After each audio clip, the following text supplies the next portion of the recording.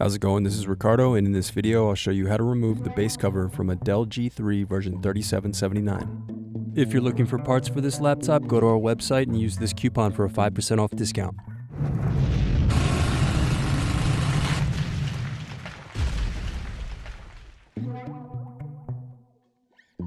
First unscrew, then use fingers to pry apart and remove base cover.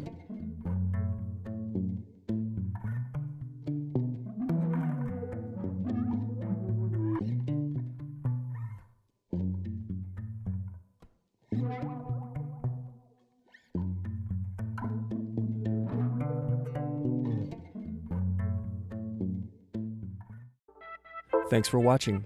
Don't forget to like and subscribe if you enjoyed this video.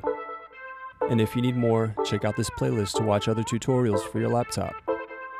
You can also click here to find parts for your laptop at partspeople.com.